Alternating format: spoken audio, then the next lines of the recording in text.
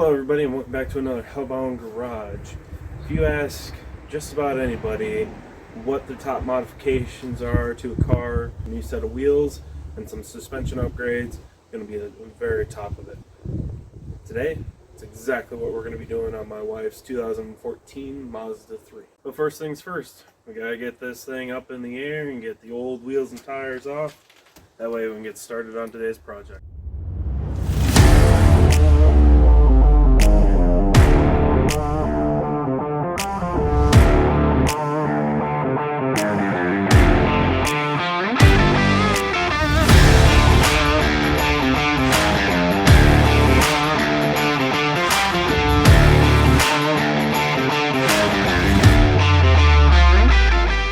Alright, now that I'm done rolling around on the ground and I got these off, these along with these guys can go off to the tire shop and we can get those taken care of. I'm not going to show you those till I'm getting ready to mount them back on the car because, you know, that ruins the surprise otherwise. And so while I'm at the tire shop, I'm also going to go get my Chia Pet head taken care of. It's getting to the point where I can't hide my hair anymore underneath my hat. Anyways, now that that's all done, I can go into a little bit of why this is happening and why I've decided to do anything to the Mazda, being our reliable daily driver even more so than my Toyota Tundra. And honestly, it's because the Mazda finally had its first part failure. It was nothing major. Honestly, after 140,000 miles, the fact that these went out honestly isn't that surprising. What that is we had a front strut failure. Like I said, nothing crazy besides the fact that it would start getting noisy and you get more wheel hop while you're driving around, which is really annoying. And your braking distances kind of suffer because you no longer have that dampening. Because of that failure, I had to figure out what I was going to do for the suspension on the Mazda. Now, there's kind of this looming, are we going to need a different vehicle in the future, a bigger vehicle in the future, even though I'm modifying the Tundra to hopefully accommodate for the space that's needed. You still don't know if that's going to be enough, so the vehicle that would be on the chopping block is the Mazda. And, well, if I had my way, the Mazda would stay right here in the driveway. It's super reliable, super good gas mileage, not really beat up besides the paint. I mean, it's just been a super awesome car. And my wife was perfectly happy spending whatever amount of money it takes to fix the suspension on the car. That got my car brain thinking, and the first thing that hopped in my head was, ooh, I want to get the same suspension as the Datsun and put BC coilovers on the Mazda. But who wants to go spend $1,200 on a car that you're going to end up getting rid of in 3 months possibly? Like, that just doesn't make sense. But I wanted to do something different. So I hemmed and I hawed, and while I was debating what I wanted to do, I managed to find these rims for the Mazda. The one thing my wife never did to the Mazda that she always wanted to do was put a set of nice wheels on the car. And while I was trying to decide what I was going to do, I found these. They were on a track car, never on the road, and they were in pretty good shape.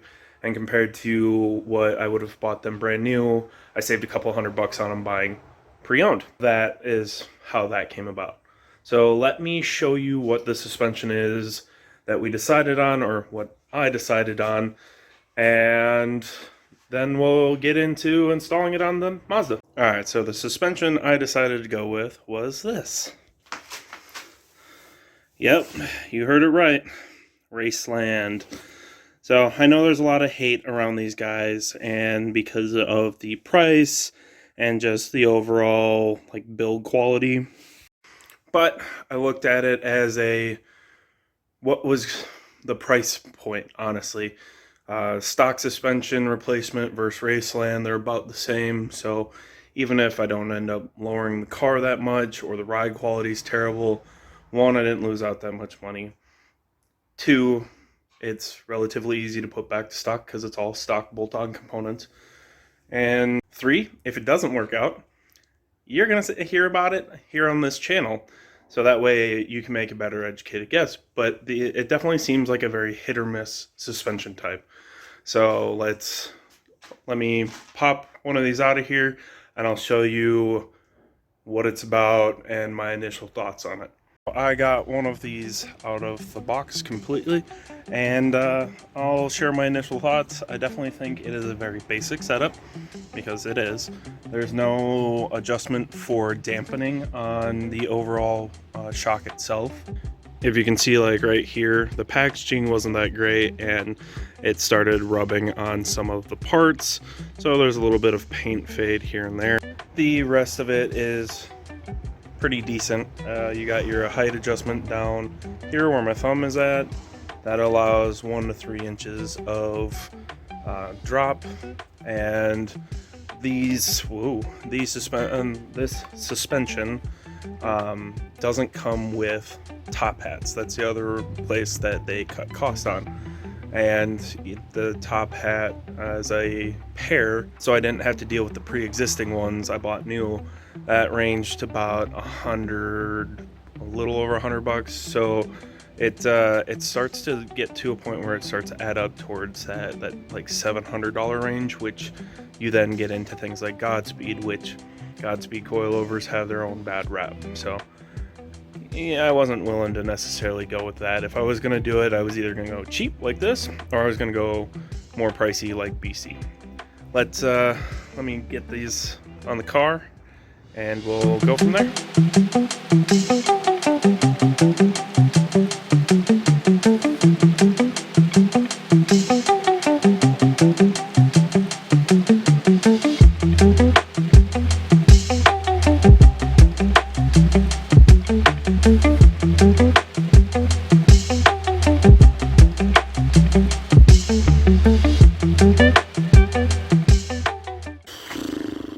Okay, well, something I wasn't expecting, seeing I really haven't had to fight any of this kind of stuff recently, even though I live in the Rust Belt, is seized bolts.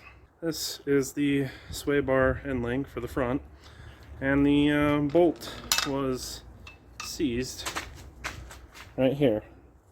I hate these kind of sway bar end links because you have to use an Allen key and a bolt, and you can only put so much torque on them before you strip the bolts and whatnot. Fun fact, you can't get these, at least around here, you can't get them in stock for a couple of days. So we're gonna get all this stuff installed. I can still drive the car with the sway bar links off. Just can't do any like crazy corners. And I'll have to get them installed when they finally come in. Yay, fun time. All right, well, let's get the Raceland in and see how this goes. Should go really easy because everything's fresh and new. Well, it is actually the next morning since I got the Raceland Coilovers in the front installed. Yesterday, right before I went to go install these guys, which installing these are really, really simple. They're really easy. The problem was these guys over here. Let me go, I'll show you what I ran into. And that is this. These guys. So like I said in the video, the sway bar end links were seized. And, you know, I ended up having to cut them off in order to get them to where I could remove the strut. Problem is, what I didn't notice is, so this ball goes into here. So for the most part, what I did is I literally cut the ball off and removed the entire arm. But what you don't see, what's left of it, well, you might see, is there's that lip, this edge. Well, this edge, when you crank the other side down, this edge sits flush to the sway bar. And I mean, like flush, like you can't get a fingernail or anything behind it. Well, I didn't realize that until I went to go punch the bolt out of the sway bar, and I ended up having to take my grinder to both sides in order to get this little sucker completely removed from the sway bar. That way, whenever my sway bar end links finally show up, it'll take me like 10 minutes to get them installed. Problem is the backs are the same way. The backs are actually broken. I didn't realize it. I'm not underneath the car enough to really pay attention to it, but the sway bar links are actually broke on the rears, so same thing. I'm gonna have to replace all 4. So it's gonna be the same headache. But anyways, this is what they look like installed. This boot just kind of floats in here. That's how the OEM was also. And then this hole will go down to the sway bar that's down there. But overall, it's super easy. It's literally 2 bolts here, 5 bolts up, or 3 bolts up top, so 5 bolts in total, minus the sway bar. And then you've got the brake line, and then you've got the, I think it's the ABS sensor, and that's it. I literally have these things cranked all the way down, minus a thread or 2 just for safety. And the reason I did that is so I don't need a spring compressor to get those on. You do have to be careful because these are just the classic Racelands. You have to use a hex key and a socket to crank down this guy right here. This guy. If you don't, and you use an impact or you use vice grips on the shaft of the shock itself, it voids the warranty. Raceland 100% covers their shocks, so if they blow out, well, then you can go and get them replaced. That's the other reason I did it. And yeah, if you didn't install them right, completely avoids it, completely destroys half the purpose of buying new parts. Now that the fronts are installed and I'm just waiting for the wheels from the tire shop, we will move to the rear and get that done. It seems simple also, rather than you have to support the lower control arm so that the spring doesn't shoot out from underneath it, but you'll see it in the tire.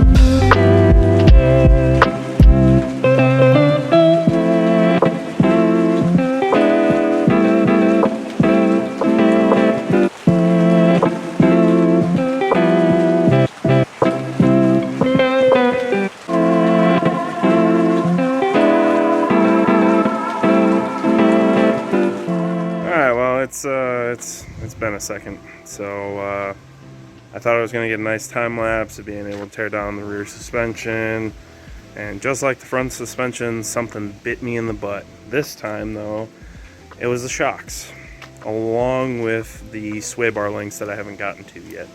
So the shocks, this is essentially what ended up happening. I had to cut half moon shapes off the shocks to be able to get the shocks away from the knuckles, because there was this guy, and as you can tell on the end, I got a little boogerness going on here. This bolt, they give you, if you can see in the very tip, they give you a little 10 mil tip to get this big old bolt out. So after 8 years of sitting in there, corrosion and rust and whatnot, it sees this bushing here is actually part of the shock, and it is C-solid to that bolt.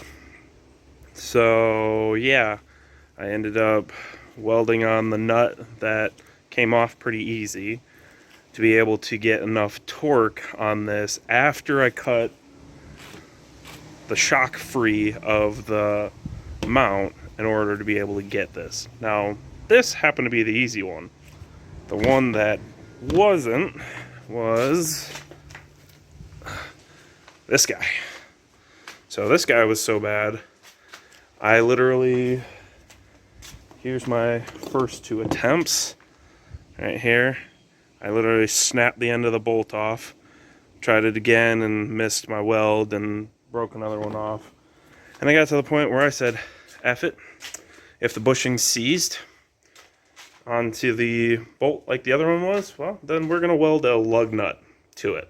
And well, a lug nut finally, between the heat that was in it and the lug nut thickness, was able to finally get it free. And if you look, ooh, somehow the first couple of threads are stripped, even though that was already in place. So I don't know what that's all about, but I figured I'd give you an update. I have to fight the sway bar links. They're both broken and seized, so I got to cut those off. And after I get those all cut off, then I'll check back in with you and we'll start to get the rear suspension put back in place. Well, since the last update, a lot has happened. So let me show you what I've done, and then we'll talk about it.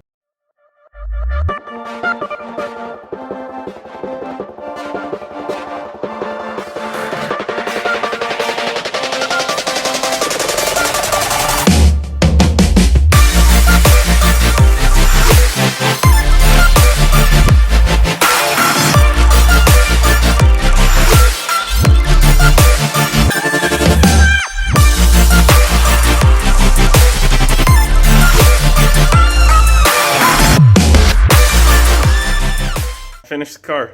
Go figure, right? As much as it turned out really good and I finished it, I still feel super defeated on this thing. Whoever designed certain aspects of this car just really make me mad. And as a car guy who's done mechanics, who actually has an engineering degree and a design degree, I can say, you know, there are just some things I don't understand. And in that case, it's not a packaging type deal. But, you know, I just, during that whole thing, I got into a headspace where, one, I was doing some pretty sketchy things to get the rusty parts off. I'm glad I didn't video. One, I just really wasn't in the mood to do it.